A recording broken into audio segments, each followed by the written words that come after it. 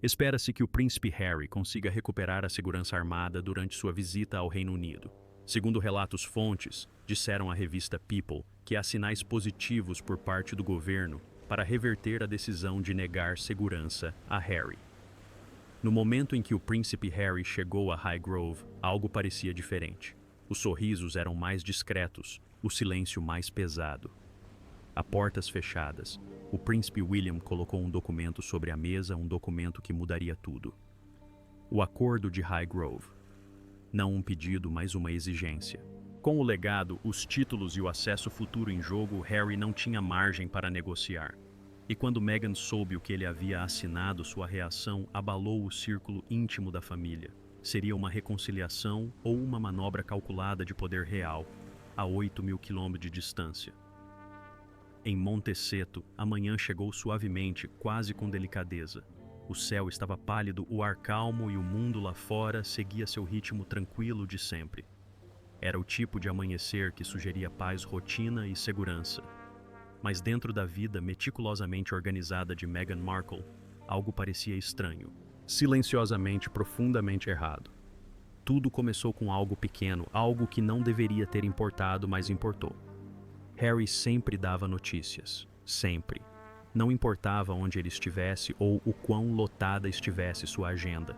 Não importava se ele estivesse cruzando fusos horários ou saindo de reuniões que se estendiam demais. Sempre havia uma mensagem, um texto curto, um áudio, uma simples garantia de que estava tudo bem. Estou aqui. Está tudo bem. Naquela manhã não havia nada. Nenhum sinal do celular dela, nenhuma chamada perdida, nenhuma atualização casual enviada por hábito, apenas silêncio. A princípio, Meghan não sentiu medo. O medo veio depois. O que ela sentiu primeiro foi suspeita, uma sensação aguda e alerta de que algo estava fora do lugar. Harry era muitas coisas, mas descuidado não era uma delas. O silêncio dele não era normal. Era uma quebra em um padrão que nunca falhava. Ela tentou raciocinar consigo mesma.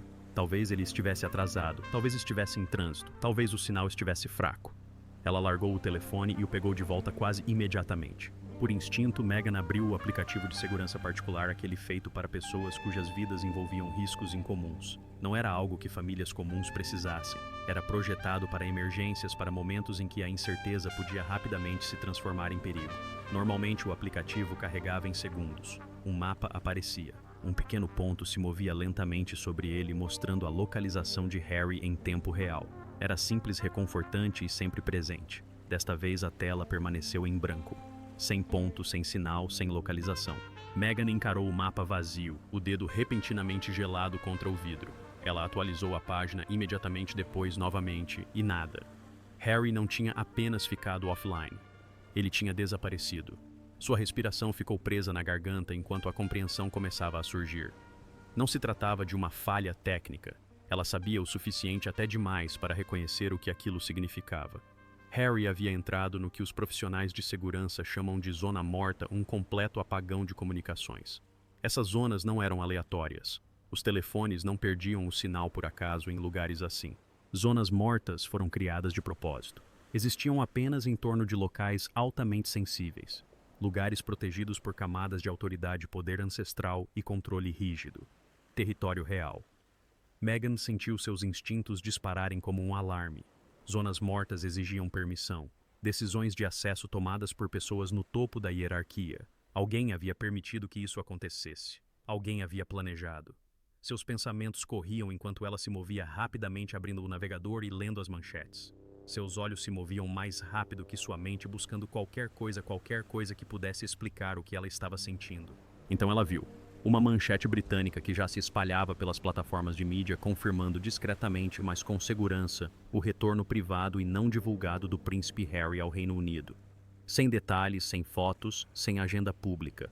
Apenas informações suficientes para serem perigosas. O corpo de Meghan gelou. Não se tratava de uma visita de caridade. Não era uma aparição amigável ou uma parada casual. Era algo secreto, controlado, cuidadosamente planejado, o tipo de encontro que acontece a portas fechadas, longe de câmeras e explicações. E então veio o detalhe final. Notícias indicavam que o príncipe William estava presente. Meghan não precisava que ninguém explicasse o que aquilo significava. Ela entendeu imediatamente com uma clareza que lhe apertou o peito. O rei Charles poderia negociar. poderia ceder, poderia ouvir ponderar as emoções e buscar um meio-termo. William não. William era diferente. Ele não reabria discussões antigas, ele não deixava pontas soltas. Quando ele decidia que algo estava terminado, permanecia terminado. Ele não cedia à pressão. Ele a aplicava. Ele não administrava conflitos. Ele os encerrava. E agora Harry estava sozinho. Com ele. Sem sinal, sem testemunhas, sem saída. Meghan permaneceu imóvel, telefone na mão, enquanto a calma manhã de Montecito continuava lá fora como se nada tivesse mudado. Pássaros voavam entre as árvores. O sol subia. A vida seguia em frente. Mas em algum lugar do outro lado do oceano, atrás de muros de pedra e corredores silenciosos, Harry caminhava de volta para um mundo do qual um dia escapara. Um mundo que funcionava segundo suas próprias regras. Um mundo que nunca realmente a deixava ir. E pela primeira vez, desde que o conhecera Meghan, não tinha como contatá-lo apenas o silêncio. E o crescente medo do que acontece quando portas se fecham e não se reabrem. Seria esta a primeira vez que Harry magoaria Meghan com suas ações. Como Meghan reagiu ao retorno do príncipe Harry e à assinatura do acordo de Highgrove. Vamos analisar os detalhes do mal-entendido que surgiu entre o casal. Ritmos diferentes, vidas compartilhadas. Há relatos de que a tensão entre o príncipe Harry e Meghan Markle está aumentando silenciosamente. Não por causa de uma grande discussão, mas devido a uma série de pequenos mal-entendidos que parecem estar se acumulando com o tempo. O que pode parecer insignificante à primeira vista está se transformando lentamente em algo mais sério, moldando suas interações diárias e a direção que cada um deseja para a sua vida.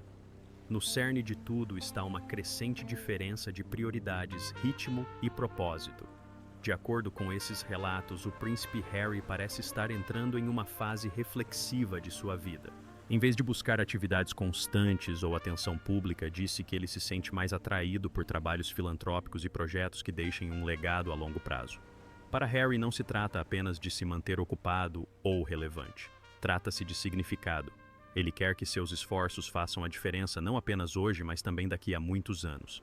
Ele parece estar se questionando profundamente sobre impacto, realização pessoal e como deseja ser lembrado. Meghan, por outro lado, está respondendo à situação com um senso de urgência.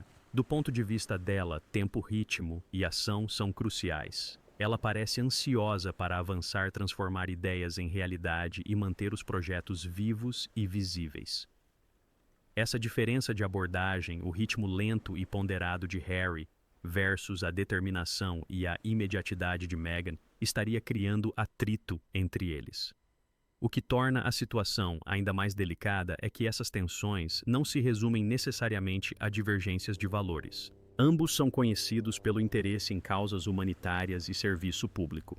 O problema parece residir em como e quando esses objetivos devem ser perseguidos. Enquanto Meghan pode considerar o esforço constante e o progresso visível como essenciais, Harry parece menos convencido de que a rotina exaustiva seja o caminho certo para ele nesta fase da vida. Fontes citadas na reportagem sugerem que a falta de entusiasmo de Harry pelo trabalho ininterrupto se tornou uma grande fonte de frustração para Meghan. Sua atitude mais calma e reservada estaria testando a paciência dela. Uma fonte próxima afirmou que o pouco entusiasmo dele está enlouquecendo Meghan e começou a trazer à tona sentimentos mal resolvidos. Com o tempo, isso supostamente gerou ressentimento daquele tipo que cresce silenciosamente quando as expectativas não são atendidas ou discutidas claramente. Para Harry, no entanto, essa relutância não vem de preguiça ou descaso. Em vez disso, parece vir de um desejo de autenticidade. Ele quer se sentir profundamente conectado a tudo aquilo em que investe seu tempo e energia. Segundo relatos, ele não quer se dedicar a projetos que pareçam forçados, apressados ou vazios. Para ele, o trabalho da vida deve ser significativo, não exaustivo ou vazio. Essa diferença evidencia uma divisão emocional mais profunda. Harry parece ser motivado pela realização pessoal, por um trabalho que esteja alinhado com sua identidade e seus valores. Meghan, por sua vez, parece motivada pelo ímpeto, garantindo que seus esforços se traduzam em ação, progresso e resultados. Nenhuma das abordagens está errada, mas quando não estão alinhadas, podem facilmente entrar em conflito. Outro fator que contribui para essa tensão é a pressão inerente à sua condição de figuras públicas. Cada movimento que fazem é observado, analisado e julgado. Esse tipo de escrutínio pode transformar pequenas divergências pessoais em desafios emocionais muito maiores. Decisões que podem ser simples para um casal discreto podem parecer avassaladoras quando expostas em um palco global. Há também a questão do momento certo.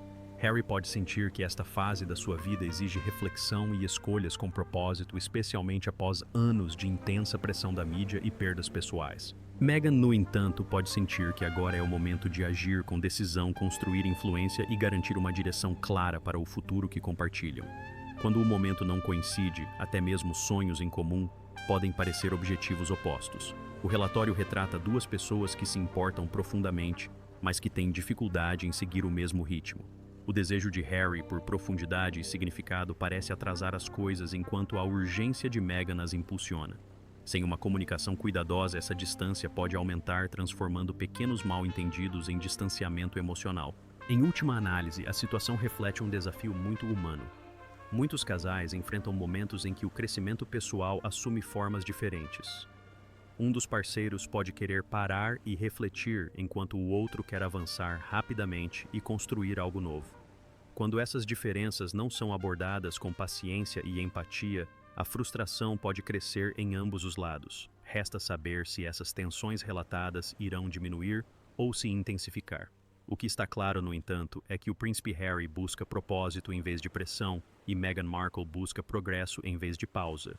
Encontrar um equilíbrio entre esses dois desejos pode ser a chave para aliviar a tensão e ajudá-los a seguir em frente juntos. O que poderia ter influenciado a decisão do príncipe Harry de retornar secretamente para casa sem o conhecimento de sua esposa? Ele estaria enfrentando alguma ameaça nos Dukes e Sales. Vamos descobrir a armadilha por trás do título. O palácio já enfrentou escândalos por séculos, casos extraconjugais, gravações vazadas, entrevistas bombásticas. Nada disso realmente assusta a monarquia. O que o palácio mais teme é algo muito mais perigoso e muito menos dramático à primeira vista. Instabilidade. Escândalos podem ser explicados, deixados de lado ou enterrados sob a tradição. A instabilidade, porém, abala a própria estrutura que mantém o sistema monárquico de pé. E naquele momento era exatamente a instabilidade que se anunciava. Longe dos salões suntuosos do Palácio de Buckingham, uma ameaça silenciosa, porém séria, se formava do outro lado do Atlântico, em Washington, D.C. O que muitos inicialmente descartaram como ruído político começava a tomar uma forma mais nítida e perigosa.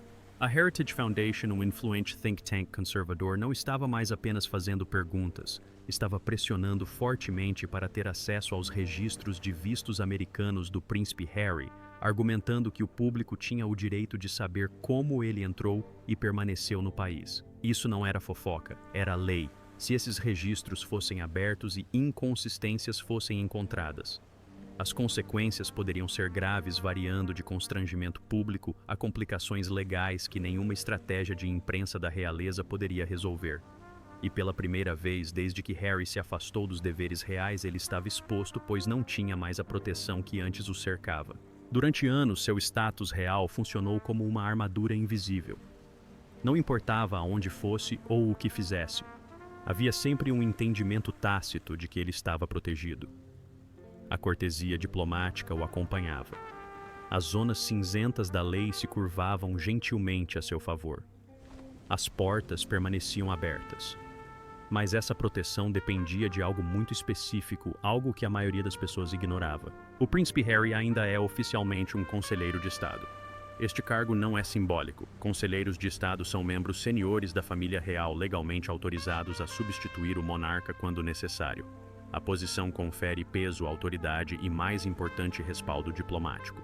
Sinaliza aos governos e instituições que o indivíduo ainda faz parte do núcleo constitucional da monarquia. Contudo, o cargo vem com condições. Uma delas é simples, mas crucial. O conselheiro de Estado deve manter residência no Reino Unido, não fazer visitas, não alegar laços emocionais e, acima de tudo, manter residência. E foi aí que tudo começou a desmoronar. Harry não tinha um endereço fixo. Quando Frogmore Cottage foi confiscado, a decisão foi apresentada publicamente como uma questão de moradia, uma mudança para um espaço menor, uma escolha prática. Mas, legalmente, era algo muito mais sério. Com a perda de Frogmore, Harry perdeu sua única base oficial em solo britânico. sem chaves, sem contrato de aluguel, sem endereço legal. Perante a lei, ele estava efetivamente sem teto no Reino Unido. Esse único fato enfraqueceu silenciosamente seu status e, com ele, a proteção que esse status proporcionava. Se questionado seu cargo como conselheiro de Estado, poderia ser posto em dúvida. Se questionado, poderia ser suspenso. Se suspenso, o escudo diplomático desapareceria. De repente, Harry não era apenas um príncipe vivendo no exterior.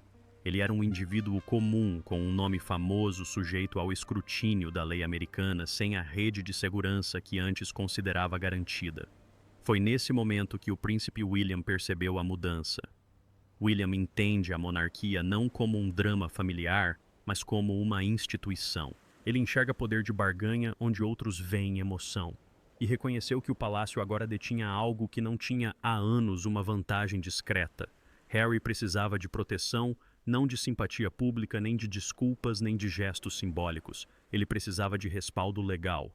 E só havia uma maneira de garanti-lo: ele teria que retornar ao Reino Unido. Não para uma visita, não para uma cerimônia, não para um reencontro que gere manchetes. Ele teria que retornar de uma forma que restabelecesse sua segurança jurídica. Isso significava uma residência de verdade, uma presença documentada, uma reintegração formal ao sistema do qual ele havia se afastado. Em outras palavras, se Harry quisesse a segurança que vinha com o fato de ser da realeza, teria que aceitar as regras da realeza novamente. Isso mudou tudo. Pela primeira vez desde Maggot, o equilíbrio de poder se alterou sutilmente. O palácio não precisava mais perseguir Harry. Harry, quer quisesse ou não, precisava de algo do palácio. E William sabia disso. Não se tratava de punição. Não se tratava de vingança. Tratava-se de controle e continuidade. A monarquia não pode se dar ao luxo da incerteza, especialmente vinda de alguém cujas ações poderiam desencadear repercussões legais diplomáticas ou constitucionais em dois países. Portanto, a mensagem dita em voz alta ou não era clara: proteção tem um preço. E o preço não era a reconciliação emocional, mas sim a submissão, o alinhamento legal, uma contrapartida nos termos da monarquia. Essa era a alavanca. Não era ruidosa nem cruel, mas precisa. Na história da realeza, as decisões mais poderosas raramente são anunciadas. Acontecem discretamente por meio de documentos, residências e definições legais. E naquele momento, o palácio não temia um escândalo na imprensa. Temia perder o controle sobre o que aconteceria a seguir. E é por isso que essa situação importava muito mais do que qualquer um imaginava. Que tipo de recepção o príncipe Harry recebeu? Que tipo de acordo ele assinou? Com quem ele assinou o acordo? Vamos descobrir. O cofre de ferro. Harry foi conduzido para longe do calor familiar dos corredores do palácio, para longe dos salões abertos e dos rostos amigáveis, em direção a uma parte da vida da realeza que poucos jamais viram. O ar ficou mais fresco enquanto ele descia uma escadaria estreita, esculpida em pedra antiga. Cada degrau parecia deliberado definitivo. No final, havia uma pesada porta de aço. Uma vez fechada, não haveria volta fácil. Este lugar era conhecido discretamente entre os membros mais importantes da realeza como o cofre de ferro. Não tinha janelas, relógios, câmeras, telefones, nada que pudesse registrar uma palavra, um som ou uma lembrança. O que acontecesse ali, permanecia para sempre. Era o coração silencioso da duquesa da Cornualha, onde a coroa guardava suas verdades mais perigosas e seus acordos mais poderosos. Documentos que poderiam proteger reinos ou destruir reputações num só golpe. Harry ouvira sussurros sobre esta sala enquanto crescia, mas jamais imaginara que um dia estaria ali dentro. A porta se fechou atrás dele com um baque surdo. No centro da sala havia uma mesa estreita. Sobre ela repousava uma pasta de couro lisa pelo tempo, com as bordas desgastadas pela história. Sem rótulos chamativos, sem brasão real à mostra, apenas um peso silencioso que parecia comprimir o próprio ar. O príncipe William estava do outro lado, calmo, sereno, quase distante. Este não era o irmão com quem Harry costumava brincar de luta na infância, ou com quem ria atrás dos muros do palácio. Este era o futuro rei. William gesticulou em direção à pasta. Dentro dela havia um documento conhecido apenas por alguns, o Acordo de Highgrove. À primeira vista, parecia uma tábua de salvação. O acordo oferecia a Harry algo que ele havia perdido silenciosamente: segurança em solo britânico, um contrato de arrendamento de longo prazo para uma residência protegida no Reino Unido. Com isso veio o restabelecimento do status legal, proteções diplomáticas e uma posição mais sólida em relação aos vistos. Prometia segurança e estabilidade e um caminho claro de volta à proteção real.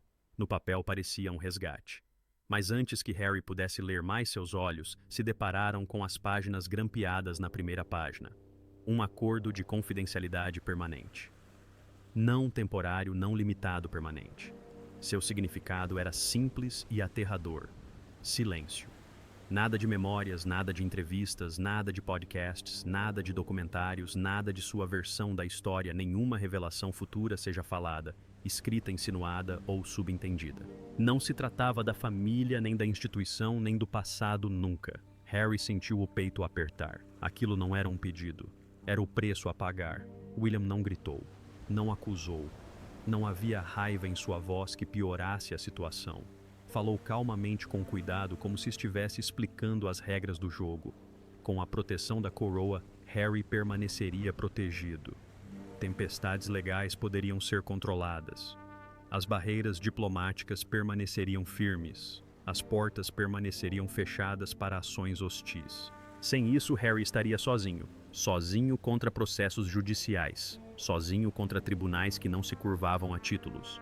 Sozinho em um sistema onde a história da realeza não significava nada e os laços familiares não ofereciam proteção. William não o ameaçou. Não precisava. Simplesmente explicou como as coisas funcionavam. Essa era a realidade. A mente de Harry fervilhava. Ele pensou nos anos que passou se manifestando, contando histórias, acreditando que a verdade traria liberdade. Pensou nas batalhas já travadas e nas que ainda o aguardavam no horizonte. Então seus pensamentos se voltaram para seus filhos, seus rostos, suas risadas, seu futuro. Ele os imaginou crescendo sem proteção, sem herança, sem a rede de segurança que gerações da realeza haviam dado como certa. Imaginou manchetes, tribunais, incerteza, uma vida onde cada erro teria um preço mais alto porque nenhuma instituição os ampararia. Não se tratava mais apenas dele. Nunca tinha sido. Um zumbido baixo preencheu a sala enquanto um relógio em algum lugar no fundo do cofre marcava um tempo que Harry não conseguia ver. William olhou para o relógio. O helicóptero parte em 10 minutos, disse ele calmamente. 10 minutos para escolher entre uma voz e um escudo, entre contar sua história e garantir o futuro de sua família, entre lutar contra o passado e selá-lo para sempre. Harry sentou-se lentamente. A cadeira de couro rangeu sob ele. Suas mãos pairaram sobre a pasta. Ele releu as últimas linhas esperando que de alguma forma elas mudassem. Não mudaram. A caneta estava ao lado do documento, preta e pesada à espera. Por um instante, Harry fechou os olhos. Pensou em tudo o que já havia dito, em tudo o que jamais diria novamente.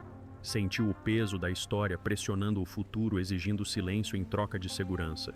Quando abriu os olhos, sua expressão havia mudado. Pegou a caneta. William não disse nada. Apenas observou. A assinatura levou apenas alguns segundos. Um nome, um traço, um suave arranhão de tinta no papel. Quando Harry pousou a caneta, o ambiente pareceu diferente. Mais leve, porém, mais frio. O cofre de ferro havia reivindicado mais um segredo.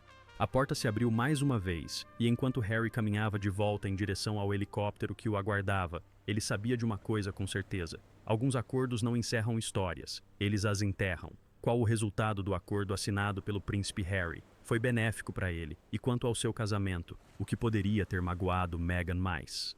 Vamos analisar como o casamento do príncipe Harry foi afetado enquanto ele garantia seu lugar no palácio. O preço da sobrevivência. Quando o helicóptero finalmente alçou voo na noite úmida e agitada, suas hélices cortando a chuva torrencial, Harry sentiu a vibração familiar em seu bolso. Um auxiliar colocou o telefone de volta em sua mão. O sinal retornou. A área sem sinal havia desaparecido. Quase instantaneamente a tela acendeu. Mensagens inundaram a tela. Alertas, atualizações, reações, notificações de notícias se acumulando umas sobre as outras, como se o mundo estivesse prendendo a respiração e agora pudesse exalar. Nomes apareceram. Números que ele reconheceu. Vozes de assessores, advogados antigos, contatos e aliados distantes, todos falando ao mesmo tempo por meio de linhas de texto curtas e urgentes. Mas havia um nome que não aparecia. Não era o de Meghan. Não havia chamadas perdidas esperando impacientemente no topo da tela. Nenhuma mensagem longa digitada com raiva ou medo. Nenhuma pergunta incisiva exigindo respostas. apenas um espaço vazio onde sua voz deveria estar. E o silêncio, especialmente esse tipo de silêncio, nunca é vazio. Ele fala. A 8.000 quilômetros de distância, Meghan não precisava de uma ligação para entender o que acabara de acontecer. Ela não precisava que Harry explicasse ou confirmasse nada. No momento em que os vazamentos começaram a surgir relatórios cuidadosamente redigidos, fontes anônimas, frases familiares, ela soube. Há muito tempo aprendera como o palácio funcionava, como o poder operava a portas fechadas. O príncipe William não se reúne para conversar. Ele não se senta para trocar opiniões ou buscar um terreno comum. Quando convoca uma reunião, não é um convite. É uma decisão já tomada à espera de ser aceita. Não se tratava de reconciliação. Tratava-se de controle. Harry, naquele momento, acreditou ter feito o necessário. Diante da pressão crescente de todos os lados, dos riscos legais, das preocupações com a segurança e do escrutínio incessante, ele escolheu a proteção. Proteção para seus filhos, proteção para seu nome, proteção contra batalhas que poderiam se arrastar por anos e consumir qualquer resquício de paz que lhe restasse. Mas a proteção sempre tem um preço. Ao escolher esse caminho, Harry também escolheu o segredo. Escolheu carregar o fardo sozinho, decidir primeiro e explicar depois, e sem se dar conta, escolheu a distância em vez da parceria. A confiança nem sempre se quebra de forma dramática, nem sempre vem acompanhada de gritos portas batendo ou palavras finais ditas com raiva. Às vezes ela se quebra silenciosamente, quase educadamente. Uma decisão tomada sem consulta, uma verdade revelada tarde demais, um silêncio que se prolonga um pouco mais do que deveria. E uma vez quebrada a confiança, não desaparece simplesmente. Ela se transforma. Instala-se em novos cantos do relacionamento e começa a influenciar cada conversa futura, cada pausa, cada mensagem não respondida. Harry desembarcou do helicóptero, acreditando ter garantido o futuro de sua família. Em sua mente, os piores perigos haviam sido afastados. A tempestade legal fora contida. As ameaças imediatas controladas. A Operação High Road, como seria sussurrada mais tarde, havia terminado. No papel fora um sucesso, mas casamentos não se constroem sobre vitórias no papel. O que Harry ainda não percebia era que enquanto travava batalhas externas, uma batalha interna havia se enraizado silenciosamente. O silêncio de Meghan não era confusão, foi clareza. Ela entendeu o que a escolha dele significava não apenas política ou legalmente, mas emocionalmente. Significava que quando as coisas ficaram críticas, ele se fechou em si mesmo em vez de recorrer a ela. Significava que quando o poder o oprimiu, ele escolheu os sistemas antigos em vez de decisões compartilhadas. Significava que a linha entre nós e eles havia se tornado tênue o suficiente para machucar. A batalha legal pode ter terminado, mas algo muito mais pessoal havia começado. Dentro da casa dos Sussex, perguntas agora permaneceriam sem resposta. Não se tratava de acusações gritadas de um lado para o outro da sala, mas de dúvidas sussurradas na mente tarde da noite. Seria este o último segredo ou apenas o primeiro? Se uma decisão pudesse ser tomada sozinha, quantas outras poderiam segui-la? E ao contrário de antes, não haveria muros de palácio para absorver o impacto, nem cortesãos para lidar com as consequências, nem a máquina real para suavizar o custo emocional. Não se tratava mais de manchetes ou instituições. Tratava-se de duas pessoas navegando no frágil espaço entre lealdade e independência. Desta vez, não haveria onde se esconder. Então, você acha que o acordo que Harry assinou valeu a pena? A reação de Meghan é justificada. Adoraríamos saber sua opinião nos comentários abaixo. Não se esqueça de curtir e se inscrever.